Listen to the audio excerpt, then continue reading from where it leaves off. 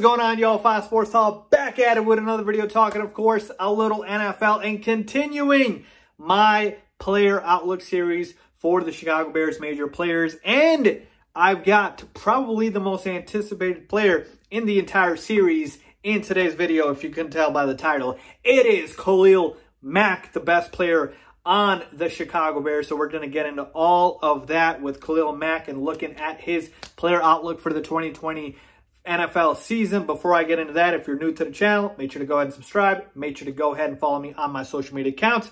Subscribe and turn on the post notifications and do all of that good stuff. With that being said, I don't want to make you wait any longer. Let's get into it. So, as we've been doing for every single Bears player, I've got Khalil Mack's stats from last season, which I'll be going over, and then projecting out his 2020 numbers and what they could potentially look like. And then finally, look at the three factors here: the impact, importance, replaceability, depth, and potential for 2020.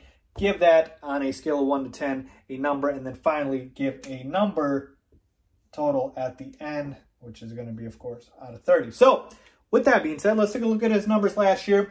So, he played all 16 games, which is good because the year prior, he did not. He played, I believe, 14 games. So, in his second year with the Bears, plays all 16 games, of course, 16 starts, but just 8.5 sacks. And that is the number everybody wants to focus on because, again, Khalil Mack is too good of a player to not have double-digit sacks pretty much every single season, right? So last year, 8.5 sacks, which was down from 2018, which he had about 12.5 sacks, I believe. And keep in mind, that was in 14 games. This was in 16 games. So certainly, he had a down year. I got it. But I've been telling you guys this from the beginning, that Khalil Mack did not have any help on the opposite end with Leonard Floyd, or lack thereof of Leonard Floyd, because he didn't really do much. And so teams were able to focus on Khalil Mack and put their entire game plan around stopping Khalil Mack, knowing that they did not have to stop anybody on the other end, which was Leonard Floyd. Now, this year, we got rid of Leonard Floyd, cut him, all right? And we have somebody better to replace him with in Robert Quinn coming over from the Dallas Cowboys. So that in itself is an upgrade for Khalil Mack because he is going to be able to take some pressure off of Khalil Mack. Look, as good as Mack is, if I'm getting triple teamed, I don't care who you are, Aaron Donald, J.J. Watt, you're not going to be able to get sacks. So, like I said, that was the main reason for the sacks dropping as much as they did. And the Bears defense overall did take a step back. We weren't as good with the secondary as well. The pressure wasn't there. It just was not the same defense that was in the year prior. That is why we have a new defense coordinator, Chuck Pagano. And so I expect a bounce back season from Khalil Mack, and it starts with the sack numbers. I am projecting in 2020. Well, let's give the games first. So, of course, 16 games, 16 starts, duh. And then in terms of sacks, I believe Khalil Mack will have 14 sacks. Yes, that's right. I'm giving him 14 sacks. Believe it or not, that's not his career high. His career high is actually 15. But the reason I'm giving him 14 is because, look, this year we upgraded multiple parts of our defenses, namely our secondary with now you got Tayshaun Gibson along with Eddie Jackson. In terms of our safeties, you drafted Jalen Johnson, who I believe will slot in as the opposite corner to Kyle Fuller. And so now what does that do? That basically allows the secondary to be able to obviously be better than they were last year because they're certainly elite.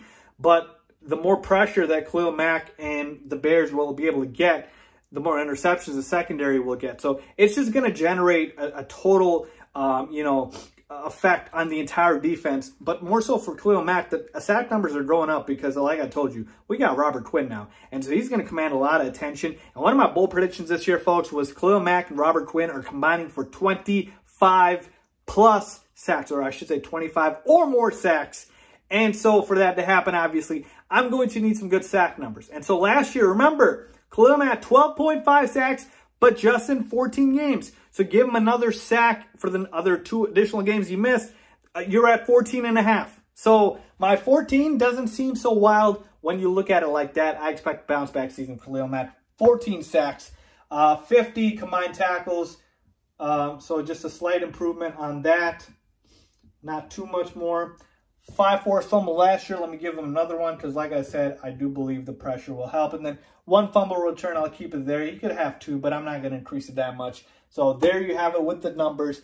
I believe Khalil Mack's going to have a bounce-back season. When we take a look at the 3 factors here, look, folks, let's not complicate things a lot here. This is our best player, one of the best players in the NFL, period. A future Hall of Famer. Impact, importance, 10 out of 10. Come on now.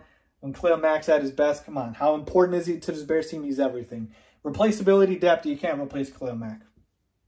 Potential for 2020, when he's at his best, he's arguably the best player in the NFL, period. So, no surprise, he's going to get a perfect score. So there you have, folks, my player outlook for Khalil Mack for the 2020 NFL season. I expect a big bounce-back year from him, and according to reports, he has been looking really good in the offseason, and he's got a chip on his shoulder like he's got something to prove. I can't wait. Let me know what you guys think. Leave a comment down below if you agree or disagree. As always, thanks for watching.